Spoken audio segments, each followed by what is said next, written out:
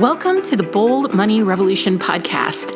This is your source for straight talking, no fluff, business and high performance conversations that add real depth and value to the way bold leaders live, work, and thrive. I'm your host, Tara Newman. I'm here to show you how to optimize your performance as a leader so that you can grow a business that is profit-rich, efficient, and allows you to generate real, tangible wealth for yourself and others. We are here to help you lead with your values, to perform without overwhelm and burnout, and to do your most important work in the world. The toughest part of setting a revenue goal is knowing where to start. It's normal to be confused about this goal. After all, how many of us actually got a finance degree at the same time as starting a business? Probably none of us, like a big goose egg. And if you weren't taught how to do something, and then you combine that with the internet marketing world telling you what you should want for your business, well, it can start to feel like a game of Monopoly. Instead of having a revenue goal, you operate on luck, a roll of the dice, and simply hope you bring in enough, which would explain why 83% of small business owners are living paycheck to paycheck. It would also explain why business owners feel like they are working way too hard for what they actually take home. This free calculator is simple and easy to use. Here's what Alexis had to say about it. It was helpful to compare my current reality and needs with my dream needs and to see concrete numbers laid out in front of me. Seeing the numbers in front of me made my goal seem more attainable and not so overwhelming. I want you to head on over to theboldleadershiprevolution.com/revenue and grab your revenue calculator today. Hey there, bold leaders. It's Tara Newman, and we are back with another episode of the Bold Money Revolution. And today I'm going to very transparently take you behind the scenes and share how I manage my money in less than an hour a month. The purpose for sharing this process is to give you an example of how implementing Profit First can save you a ton of time and energy in ways you might not have realized. Additionally, whenever I chat with women business owners, the thing that always jams them up is time. How long will this take? How much time do I need to dedicate to the Bold Profit Academy? When will I get X, Y, or Z task done? Right? We're time starved, or we experience a scarcity of time. And so many service providers are balancing, and I say balancing, I don't like the word balance, but balancing all of the parts of their business from selling to delivering. And what I find is most of their time is spent over delivering, over worrying, over stressing, and undercharging, creating feelings of resentment, anger, and burnout that spill into other places, especially your personal life. And we want to create businesses that allow us to have a level of financial freedom and independence and personal freedom. We don't want our business robbing us of our personal freedom, or else there's really no point in having the business. I listen to women talk all the time, and yes, financial freedom is important to them, but a lot of the reasons why they left their job or decided to be a freelancer or decided to grow their business was for the personal freedom, right?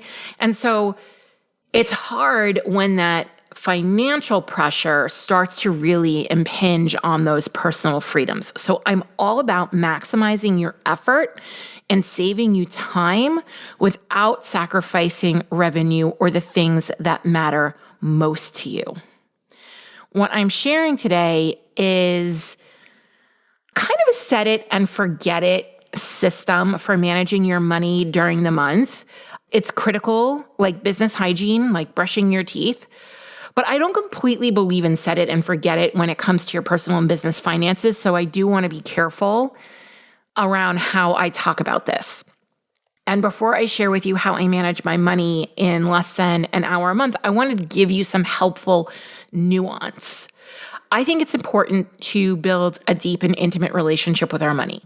In the beginning, that will require you to pay more attention to get curious, to be brave, and really document by writing down your feelings, fears, and worries about your finances, both personally and professionally. We want to be able to get that out of our heads and see it in front of us so we can do something about it. When it lives in our heads, it's not tangible. It just kind of cycles, and it's very hard to address and really look at and get curious about. When I was new to managing my own money on my own, without my husband, was when I started my business. This was a huge step for me toward my financial freedom and independence after years of letting my husband manage our personal finances with little input and direction from me. To be honest, I'm not sure I really cared as long as bills were getting paid, right? I clearly had a different mindset, and there was nothing good or bad or right or wrong about that mindset. It was just different. But I knew I had to figure out how to navigate my business finances. There was no way I was letting my husband touch my business finances. This was not going to be good or healthy for us. I'm running a business. I'm in control. I'm in command. I'm the owner of this business. That is my responsibility. And I did not want any input from my husband. Now, in my case, input from my husband is actually helpful, and he does input into my business. I joke around and say our dinners are like mastermind meetings because he runs his own business. But a lot of women are running businesses and their partners are employed by somebody and they get a paycheck. That is a very, very different financial responsibility and frame, a lens to look through. And I do find, I love your husbands. This is so not against your husbands, but I do find that when women are allowing their husbands who don't own businesses into their finances and they don't understand what business finance means and what it means to take on risk and what it means to be in a high stakes environment and what it means to have to invest in your business, things get really tricky and sticky. And we are going to be talking about, how to have some of these conversations with your partner, with your spouse. But I really do want to give women a bit of caution around allowing their spouses to input into their businesses if they've never run a business before. It's a different way of thinking. It's a different frame. It's a different lens. So I hope that you can relate to some of what I'm sharing. And I want to also share that I had a lot of big feelings about managing my money. The first being that I felt terrible about myself every time I opened up my banking app. Whatever amount of money was in there hardly ever seemed like enough, and it was like 1,000 daggers piercing my soul every time I peeped the numbers. So I did what anyone would do and avoided my bank accounts and tried not to think about money. I talk about this all the time, and I think I'm just going to do a whole podcast episode on this soon around how being a business owner is actually goes against default human psychology. You have to reprogram your defaults when you are a business owner.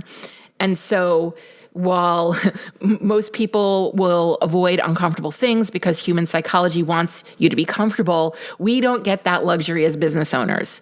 So setting any kind of money goal when you're avoiding your money and not looking at it can be challenging because you feel activated around your money.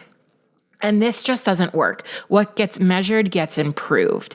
How would I know what to measure if I didn't set a goal, if I didn't look at my numbers?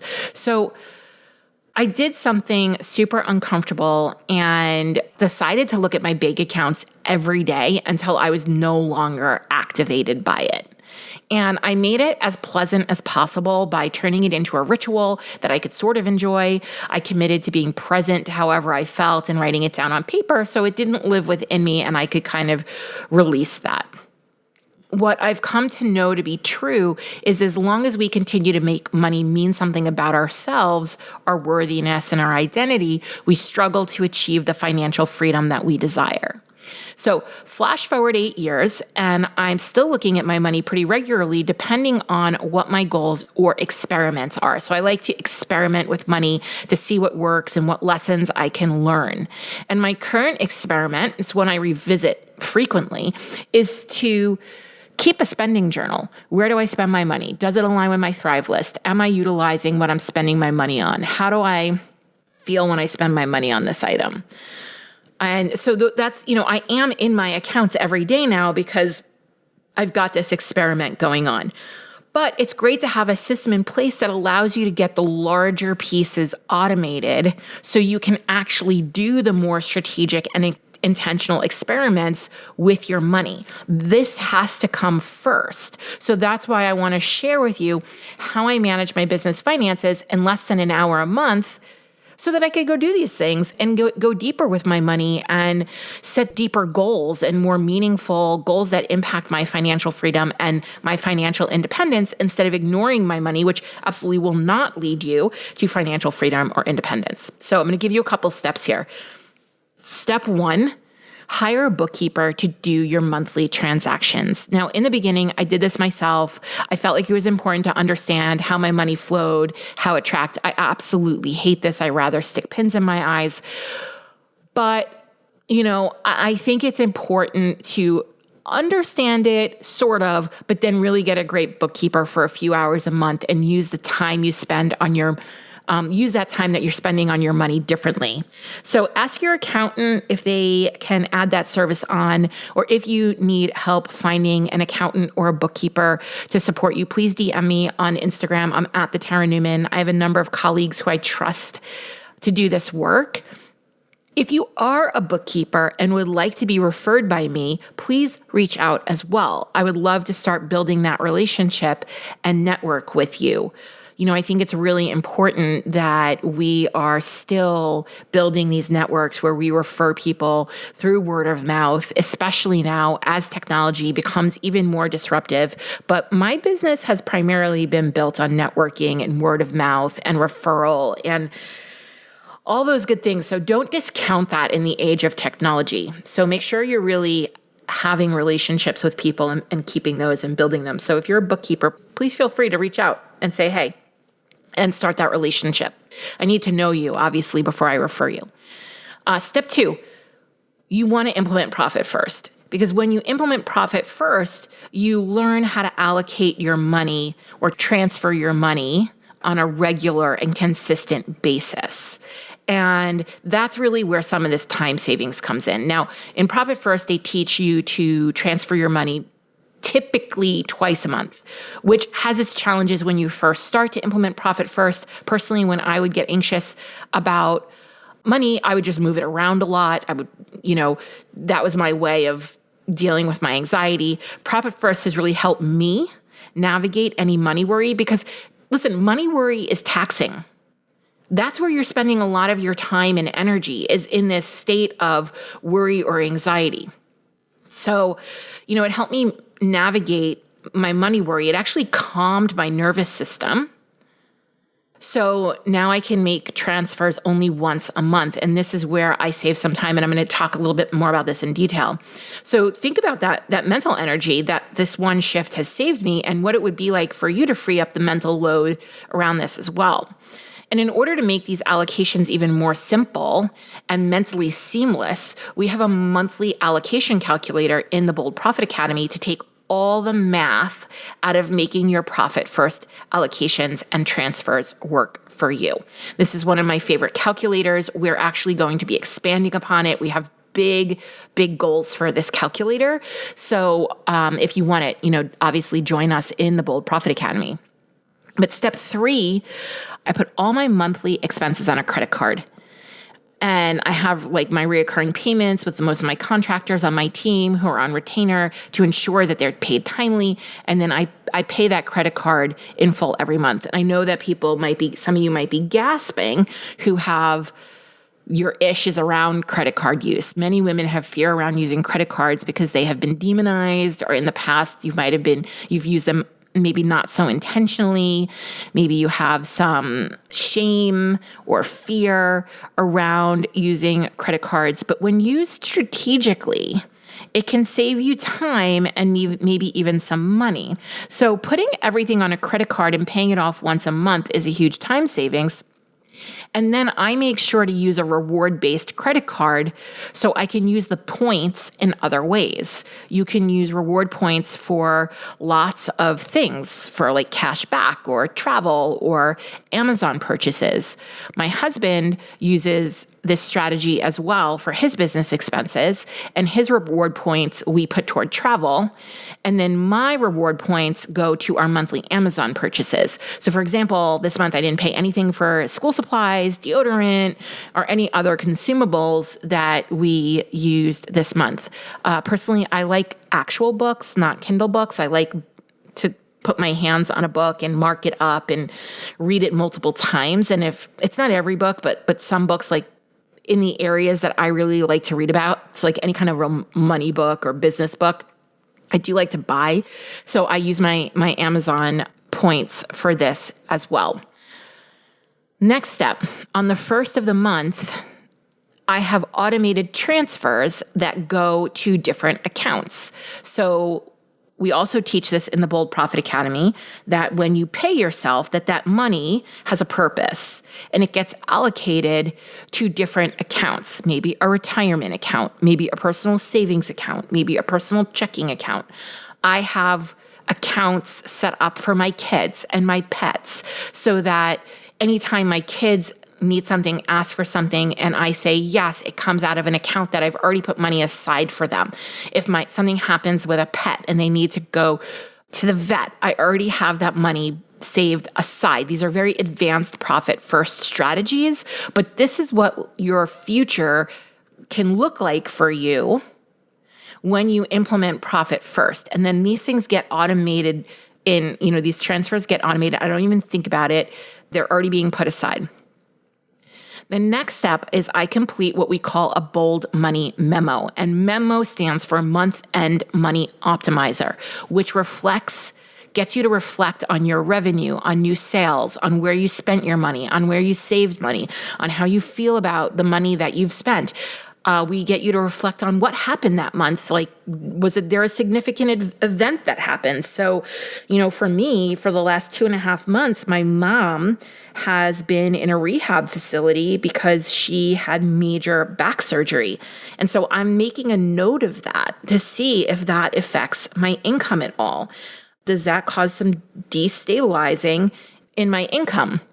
And then if it did, what would I do about that so that doesn't happen again? So this is just another resource we use inside the Bold Profit Academy to help women develop their money management skills and develop a deeper relationship with their finances. So if you're looking to create a simple system that allows you to manage your money with ease so you can focus on more strategic financial goals, then I want you to join us in the Bold Profit Academy. And you would do that by going to theboldleadershiprevolution.com/academy. And there are a number of ways that you can join us. If you're listening to this and you're like, Tara, I'm in, just go to the website and join us. If you have questions, you can also book a call with me. If you do not see a time on my calendar that works for you, let me know. I will find a time where we can talk about whatever questions or hesitations you have in joining the Bold Profit Academy, because I am very committed to hands-on helping 1,000 women through this program. Right? So hands-on helping means that I am in the program. I hold coaching calls. I am commenting on people's posts inside of our community. The trainings that we have in the library have been created by and delivered by me. I want to roll up my sleeves and I want to get to know you and I want to get into your business with you. That is what I do best. And that is what we are doing in the Bold Profit Academy. So think about what you want to accomplish with your money in the next 3 months to set you up for a breakthrough in 2022, because January is upon us and how we spend our time now really matters. So whether you need to clear some debt, set some goals, save time, or all three, this is how we can support you in the Bold Profit Academy to take you from fearful around money to a financial powerhouse. If you found this podcast valuable, help us develop more bold leaders in the world by sharing this episode with your friends, colleagues, and other bold leaders. Also, if you haven't done so already, please leave a review. I consider reviews like podcast currency, and it's the one thing you can do to help us out here at the Bold Leadership Revolution HQ. We would be so grateful for it. Special thanks goes to Stacey Harris from Uncommonly More, who is the producer and editor of this podcast. Go check them out for all your digital marketing and content creation needs. Be sure to tune into the next episode to help you embrace your ambition and leave the grind behind.